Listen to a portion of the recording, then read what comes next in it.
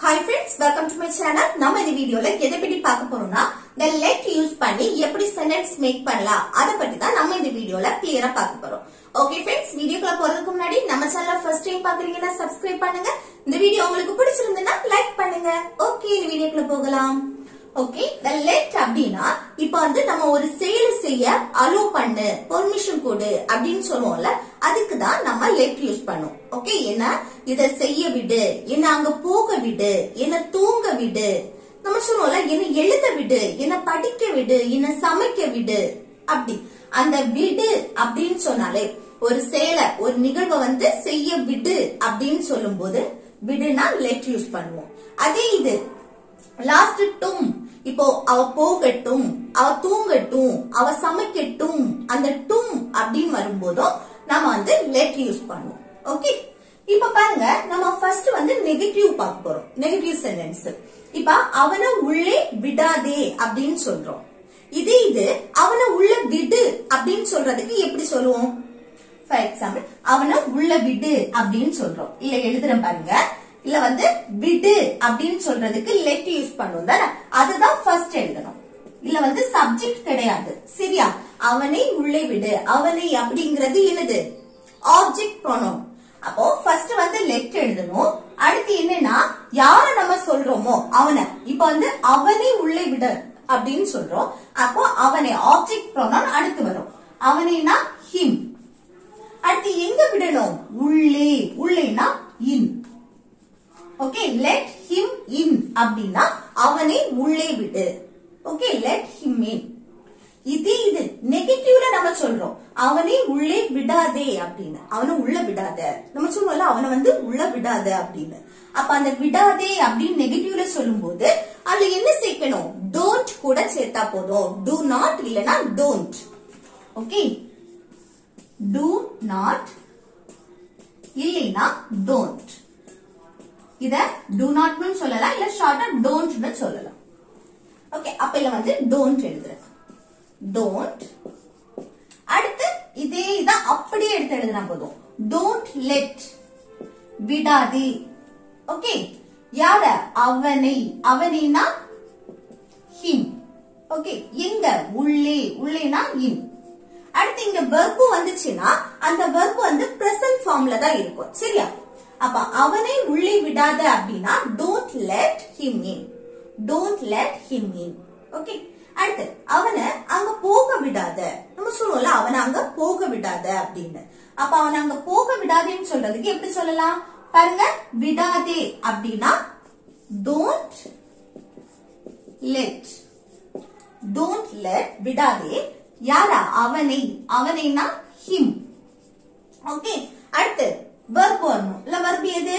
அவனை அங்க போக விடாதே. போறதுக்கு இங்கிலீஷ்ல என்னது? go. இங்க verb present formல தான் இருக்கும். இப்ப பாருங்க, இந்த போக, எழுத, படிக்க, இந்த உச்சரிப்பெல்லாம் இருக்குல்ல, சமைக்க, இப்படி எல்லாம் இந்த உச்சரிப்புகள்லாம் நம்ம இன்ஃபினிட்டிவ் சேர்ப்போம், to கூட சேர்ப்போம். ஆனா இந்த let எல்லாம் வரும்போது அடுத்து வர verb வந்து எப்பவுமே present formல தான் இருக்கும். ஓகே, அப்போ போக go. அடுத்து எங்க? அங்க. அங்கன்னா the. அவனை அங்க போக விடாத. don't let him go there. don't let him go there. இது அவனை அங்க போக விடு அப்படின்னு சொல்றதுக்கு, அவனை அங்க போக விடு, அவனை அங்க போக அலோ பண்ணு அப்படின்னு சொல்றதுக்கு எப்படி? let him go there. let him go there. Okay, அடுத்து நெக்ஸ்ட் பாருங்க, அவளை தனியா போக விடாத. நம்ம சொல்லுவோம்ல அவளை தனியா போக அலோ பண்ணாத, போக விடாத அப்படின்னு. அது எப்படி சொல்றது பாருங்க? விடாதே. விடாதேனா don't let. அடுத்து யார போக விடாத? அவளை. அவளைனா her. இதே இடத்துல ஒரு நேம் நீங்க மென்ஷன் பண்ணாலும் பண்ணலாம். மீராவை தனியா போக விடாத அப்படின்னு சொல்லும்போது don't let. இந்த her இருக்க இடத்துல என்ன வரும்? மீரா.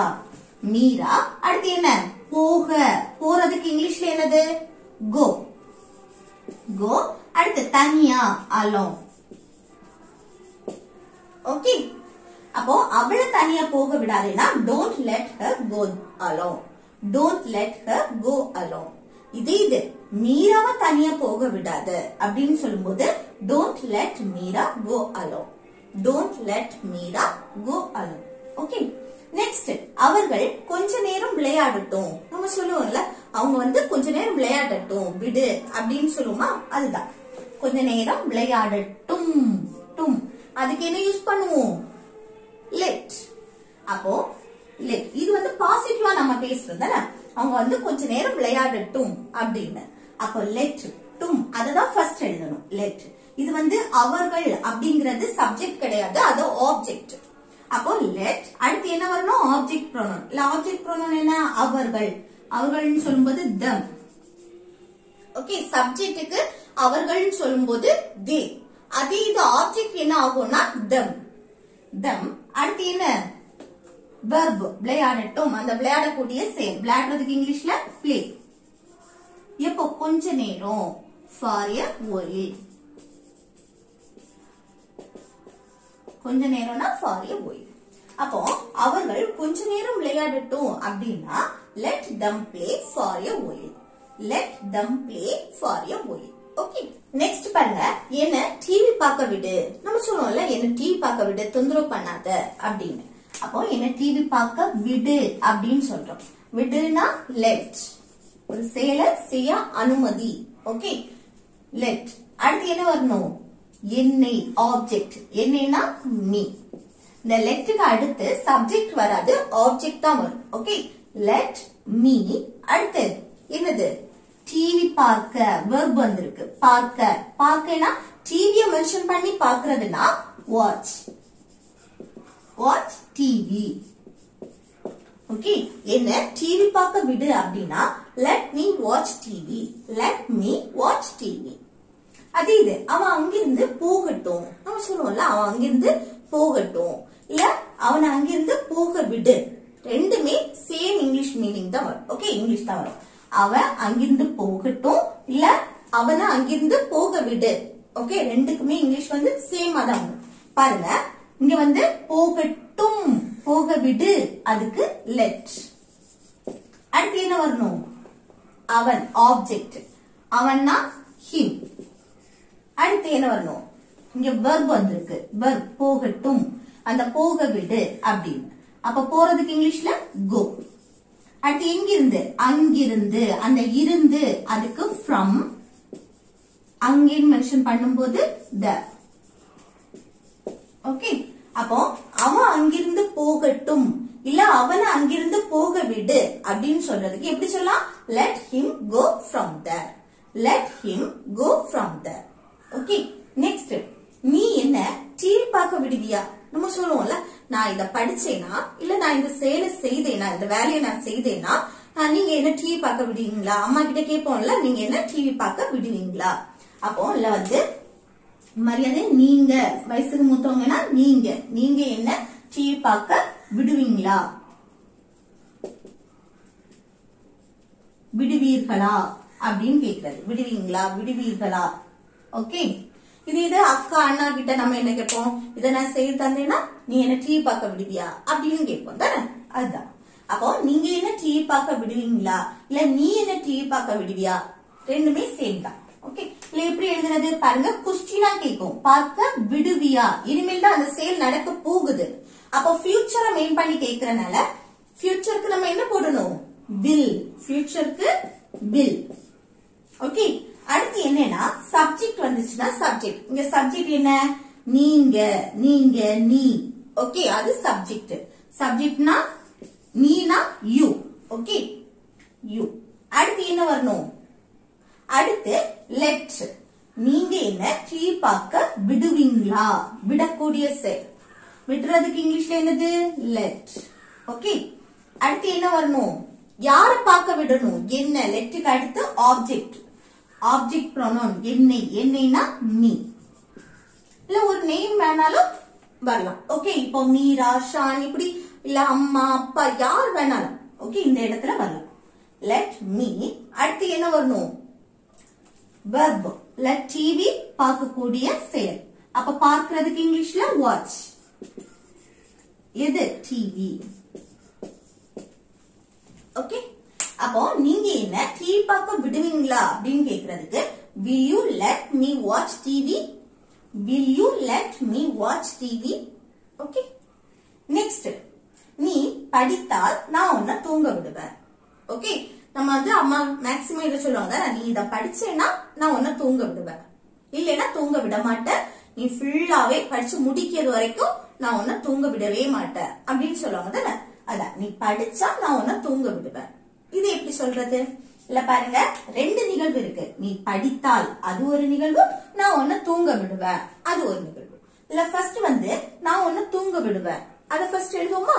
அப்ப நான் உன்னை தூங்க விடுவேன், அலோ பண்ணுவேன், தூங்க அலோ பண்ணுவேன் அப்படின்னு சொல்றது. ஓகே, அதுல ஃபர்ஸ்ட் பாருங்க, நான் சப்ஜெக்ட் வந்திருக்கு, அடுத்து உன்னை ஆப்ஜெக்ட் வந்திருக்கு. அப்போ சப்ஜெக்ட ஃபர்ஸ்ட் எழுதணும். நான் உன்னை தூங்க விடுவேன், சப்ஜெக்ட் என்ன? நான், ஐ.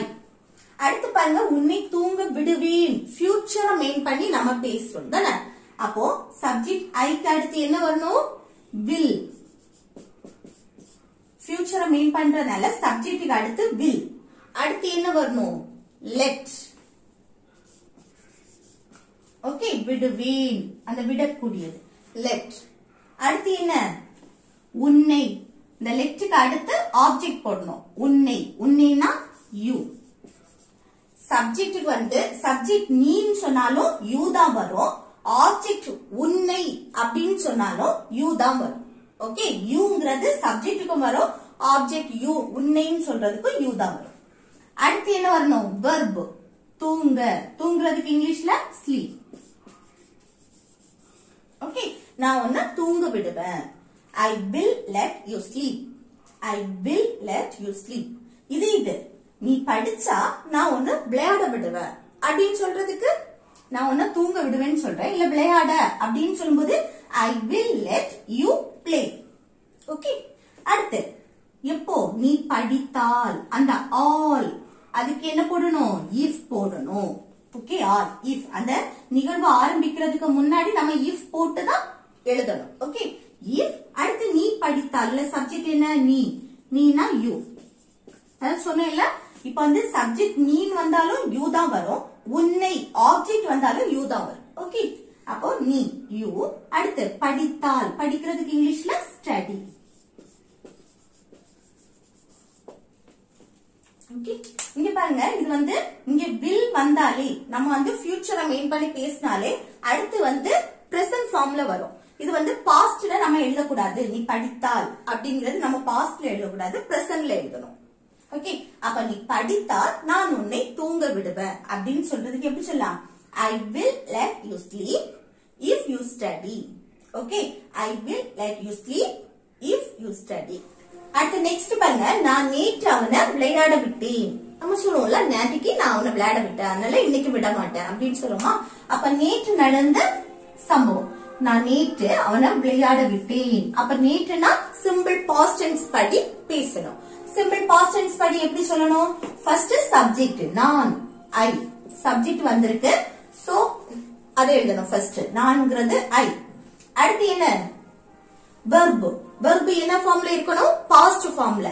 அப்போ நான் நேற்று அவனை விளையாட, ஒரு வெர்ப் விட்டேன் அடுத்தது. அப்போ ஃபர்ஸ்ட் விட்டேன் அதை எழுதணும். ஓகே, விடுறதுக்கு இங்கிலீஷ்ல லெட் தான். அது இது பாஸ்டுக்கும் என்னது? லெட் தான்.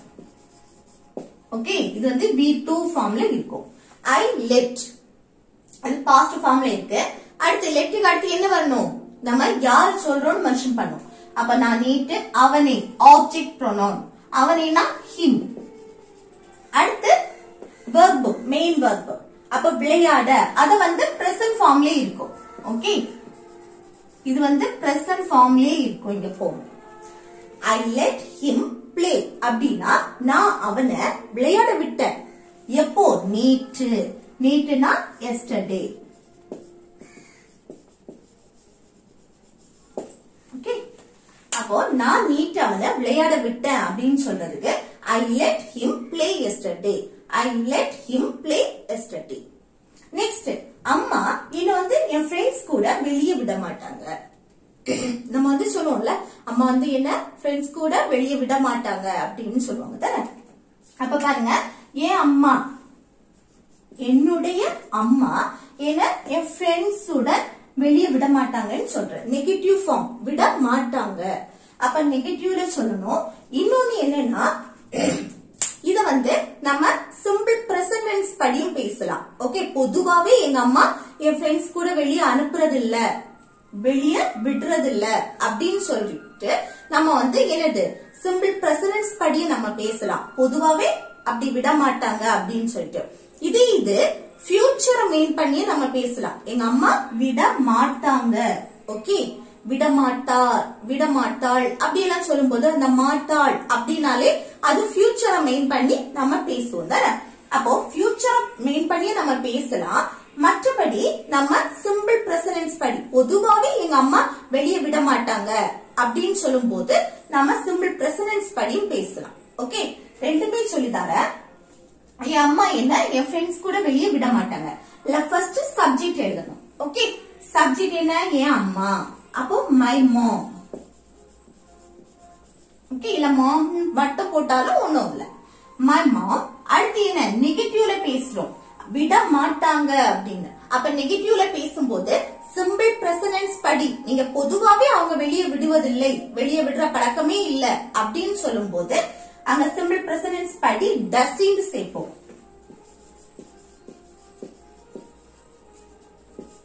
ஓகே, இங்க டஸ்ன்ட், இங்க சிம்பிள் பிரசன்ட் டென்ஸ் படி டோன்ட் யூஸ் பண்ணலாம், டஸ்ன்ட் யூஸ் பண்ணலாம். ஆனா சிங்குலர் சப்ஜெக்ட் சிங்குலரா இருந்துச்சுன்னா இங்க டஸ்ன்ட் தான் யூஸ் பண்ணணும். ஓகே, நம்ம ஃபர்ஸ்ட் என்ன பார்த்தோம், டோன்ட் லெட்னு பார்த்தோம். அதுல சப்ஜெக்ட் வராத இடத்துல நம்ம டோன்ட் தான் யூஸ் பண்ணுவோம். அதே இது சப்ஜெக்ட் வந்துன்னா சிம்பிள் பிரசன்ட் டென்ஸ் படி நம்ம எழுதும் போது சப்ஜெக்ட் வந்துச்சுன்னா அங்க பார்க்கணும் சப்ஜெக்ட் சிங்குலரா இருக்கா இல்ல ப்ளூரலா இருக்கா அப்படின்னு. சிங்குலரா இருந்துச்சுன்னா என்ன வரணும், டஸ்ன்ட். ப்ளூரல்னா டோன்ட். ஓகே, அப்போ மை மாம் டஸ்ன்ட். அடுத்து என்ன வரணும், லெட், விட மாட்டாங்க, லெட். ஓகே, அடுத்து என்ன வரணும், யார விட மாட்டாங்க, என்னை, ஆப்ஜெக்ட் ப்ரோனவுன், என்னைனா மீ. ஓகே, அடுத்து என்ன வரணும், மெயின் வெர்ப். இல்ல மெயின் வெர்ப் எது, வெளிய போறதுக்கு, போக விட மாட்டாங்க.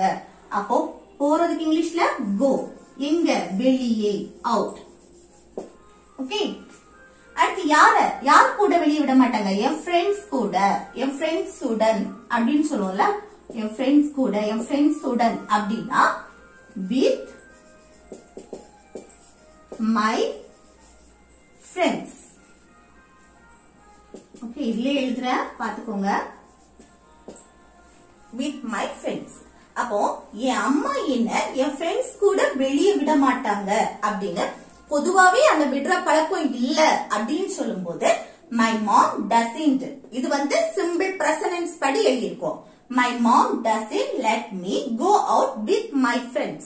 ஓகே, இது நம்ம ஃபியூச்சரை மெயின் பண்ணி பேசும்போது நாளைக்கு ஃப்ரெண்ட் வெளியில கூப்பிடியா, அப்ப வெளியில போமான்னு கேட்கும்போது என் அம்மா வெளியே அனுப்ப மாட்டாங்க அப்படின்னு சொல்லும்போது ஃபியூச்சரை மெயின் பண்ணி நீங்க பேசுறீங்கன்னா இங்க என்ன சேர்க்கணும், won't. இந்த doesn't வர இடத்துல won't. ஃபியூச்சரை மெயின் பண்ணி நம்ம நெகட்டிவ்ல பேசுறோம் அப்படின்னா ஃபியூச்சருக்கு நம்ம will சேர்ப்போம். அதே இது நெகட்டிவ்ல பேசும்போது will notக்கு பதில் நம்ம won't சேர்ப்போம். Okay, won't. அப்ப இல்ல won'tனு போடலாம், ஃபியூச்சரை மெயின் பண்ணா won't, இல்ல பிரசன்ட்ல அந்த பழக்கமே இல்ல, விடுற பழக்கம் இல்ல அப்படின்னு சிம்பிள் பிரசன்ட் டென்ஸ் படி பேசுறீங்கன்னா doesn't. ஓகே, மற்றபடி எல்லாமே சேம் ஆர்டர். அடுத்து நெக்ஸ்ட் பாருங்க, அம்மா என்ன எந்த வேலையுமே செய்ய விட மாட்டாங்க.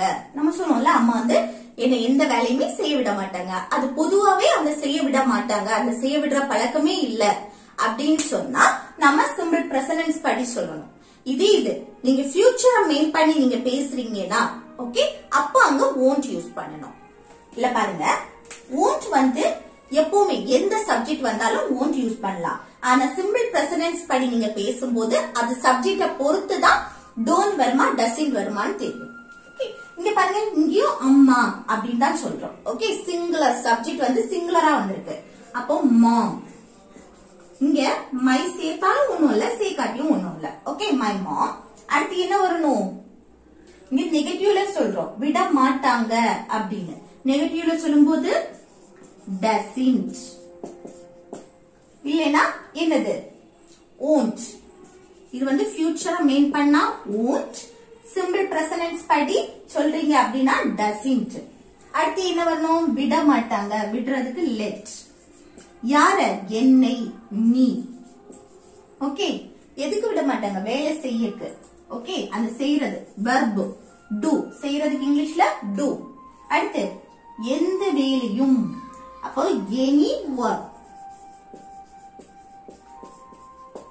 ஓகே, அப்போ என் அம்மா வந்து எந்த வேலையுமே என்ன செய்ய விட மாட்டாங்க அப்படின்னு சொல்றதுக்கு my mom doesn't let me do any work. My mom doesn't let me do any work. Okay, இதே இது நீங்க வந்து ஃபியூச்சர் மெயின் பண்ணி சொல்றீங்க அப்படின்னா அங்க won't.